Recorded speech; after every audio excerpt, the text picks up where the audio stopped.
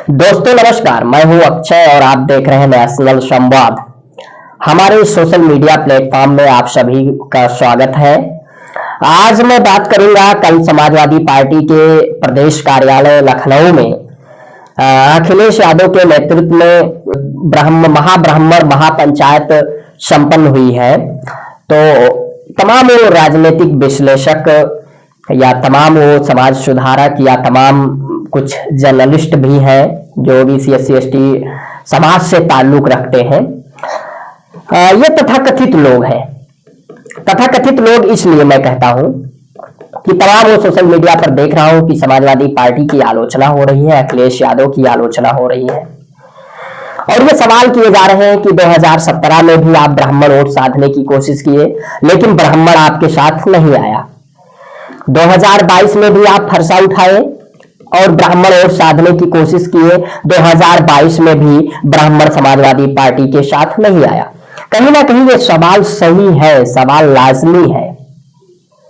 लेकिन यदि भारतीय जनता पार्टी की राजनीति पर, क्योंकि ये सवाल इसलिए सही है क्योंकि भारतीय जनता पार्टी की राजनीति पर यदि हम एक नजर डालते हैं तो बीजेपी ये माना जाता है कि एंटी मुस्लिम राजनीति करती है, चाहे मुसलमान को टिकट ना देना हो या जो तमाम वो नेरेटिव सांप्रदायिकरण या हिंदुत्व की बात करना हो, इस प्रकार से बीजेपी एंटी मुस्लिम राजनीति करती है।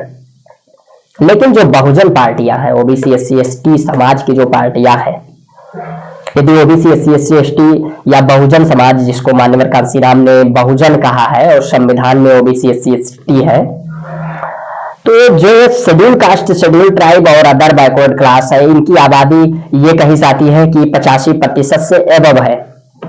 यदि 85% है बहुजन समाज, तो बहुजन पार्टियां क्यों नहीं 15 बनाम 85 की राजनीति कर पा रही हैं? क्योंकि ये 85% तो है लेकिन एक मंच पे नहीं है, एकजुट नहीं है, विभिन्न जातियों में बटा हुआ है। बांटो और राज्य करो जो अंग्रेजों की नीति रही है। बाबा साहब डॉक्टर अंबेडकर ने विभिन्न जातियों में बटे समाज को एक जमात बनाने की कोशिश की और उन्होंने ओबीसी एससी एसटी कहा है। संविधान में ओबीसी एससी एसटी का दर्जा प्राप्त हुआ, एक जमात के रूप में समाज आया। लेकिन जो बहुजन समाज की पार्टियां राजनीति करती हैं, उनको क्यों ये लगता है कि सवर्णों के वोट से ही हम सत्ता में आ पाएंगे? क्यों अपनी वो आइडियोलॉजी नहीं मजबूत करते हैं जिससे उनके साथ वो ओबीसी एससी एसटी माइनॉरिटीज के बदौलत सत्ता में आए? यह एक विमर्श करने का विषय है। लेकिन मैं बात करना चाहूंगा जो अखिलेश यादव की आलोचना हो रही है, बीजेपी की राजनीति पर नजर एक बार फिर से मैं डालने को कहूंगा। यदि बीजेपी सोशल इंजीनियरिंग के नाम पर तमाम प्रकार से, चाहे बाबा साहब अंबेडकर की प्रतिमा लगाना हो, उनका फोटो दिखाकर वोट लेना हो, बीजेपी जो काम करती है, प्रतिमाओं मूर्तियों पर फूल माला और विचारों पर ताला का काम करती है, लेकिन फिर भी समाज का वोट लेती है। बीजेपी वो सोशल इंजीनियरिंग के नाम पर तमाम प्रकार से वो कार्यक्रम करती है और यहां तक कि अभी हाल ही में मध्य प्रदेश में बीजेपी ने डॉक्टर मोहन यादव को मुख्यमंत्री बनाया।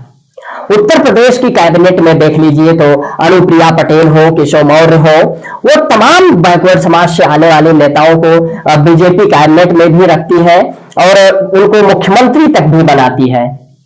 लेकिन बीजेपी एक मुखौटा बनाकर रखती है। वो अपने समाज को न्याय नहीं दिला सकते और रिजर्वेशन की बात नहीं कर सकते, सामाजिक न्याय की बात नहीं कर सकते, जाति आधारित जनगणना की बात नहीं कर सकते हैं। अभी हाल ही में डॉक्टर मोहन यादव को जब मुख्यमंत्री बनाया गया तो ये माना जा रहा है कि वर्तमान में जो सवर वोटर है वो बीजेपी के साथ है। तो सवर वोट यदि बीजेपी का कोर वोट है, 14 के बाद यदि कोर वोट बन चुका है, तो बीजेपी ने जब पिछड़े समाज के व्यक्ति को मुख्यमंत्री बनाई तो बीजेपी का सवर्ण वोटर तो उसकी आलोचना नहीं किया, कहीं विरोध नहीं किया। क्यों? क्योंकि वो जानता है कि यह एक मुखौटा है। लेकिन समाजवादी पार्टी के राष्ट्रीय अध्यक्ष अखिलेश यादव, यदि महाब्राह्मण महापंचायत संपन्न हुई है और वो राष्ट्रीय कार्यरत पार्टी के राष्ट्रीय अध्यक्ष टुनटुन पाड़े की उपस्थिति में हुई है और वो कह रहे हैं कि मैं बीजेपी के साथ था, लेकिन आगामी चुनाव में एज आ सहयोगी दल के रूप में अपने पार्टी का अस्तित्व बचाते हुए मैं समाजवादी पार्टी के साथ रहूंगा।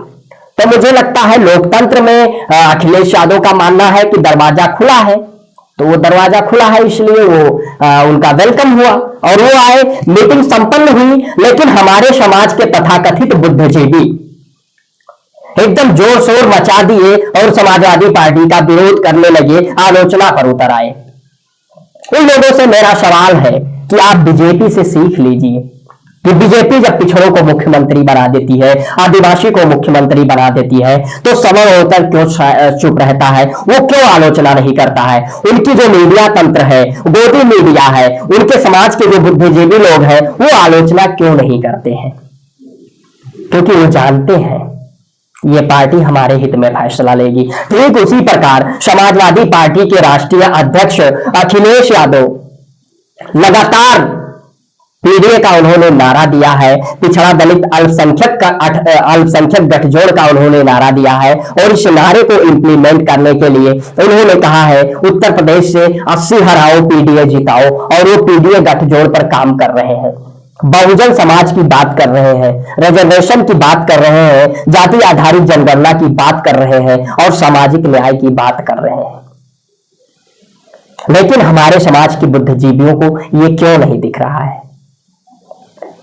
और अखिलेश यादव का स्टैंड एकदम क्लियर है कि वो सामाजिक न्याय की राजनीति कर रहे हैं और वर्तमान में वो बहुजन नायक के रूप में उभर रहे हैं।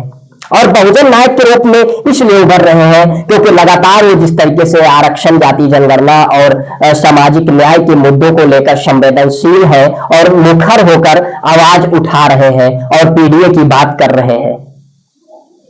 और वो मुख्यमंत्री रहते हुए तमाम वो योजनाएं हो, चाहे शुल्क प्रतिपूर्ति एवं छात्रवृत्ति हो, जिससे तमाम मेधावी छात्रों को लाभ मिला और वो अपनी पढ़ाई पूरी कर सके और विभिन्न क्षेत्रों में राष्ट्र निर्माण की प्रक्रिया में अपनी भागीदारी सुनिश्चित कर रहे हैं।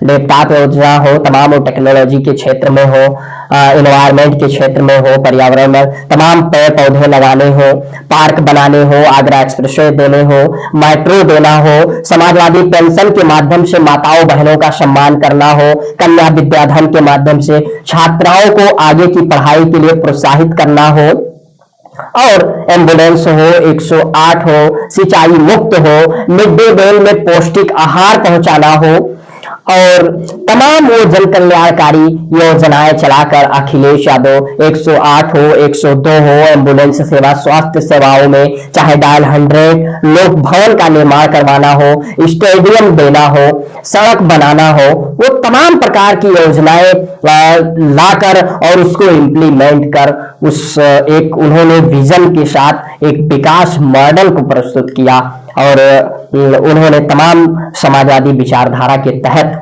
गरीबों, वंचितों, उपेक्षितों को लाभ पहुंचाया।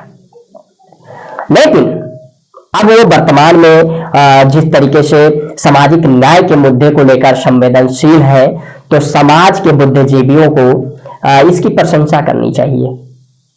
महाब्राह्मण महापंचायत की बैठक संपन्न तो हुई है, लेकिन जो पीडीए का उन्होंने नारा दिया है उस पर वो काम कर रहे हैं और उन्होंने ये भी कहा है 80 हराओ पीडीए जिताओ। और जो पिछड़ा वर्ग है, जो गरीब है या जो अगला वर्ग है, वो आना चाह रहा है, तो ये लोकतंत्र में या संवैधानिक देश में, क्योंकि बाबा साहब ने ये तय कर दिया कि हम भारत के लोग समस्त भारत के नागरिक हैं, तो यदि दरवाजा खुला है, उन्होंने बैठक की है, तो इसमें गलत क्या है? लेकिन उनकी जो सामाजिक न्याय के प्रति संवेदनशीलता है, बहुजन समाज के प्रति संवेदनशीलता है, उनके मुद्दों को जिस तरीके से मुखरता से उठा रहे हैं, इस चीज की प्रशंसा करने की जरूरत है। और मुझे जहां तक लगता है कि वर्तमान में समाजवादी पार्टी के राष्ट्रीय अध्यक्ष एवं पूर्व मुख्यमंत्री अखिलेश यादव बहुजनों के नायक के रूप में उभर रहे हैं।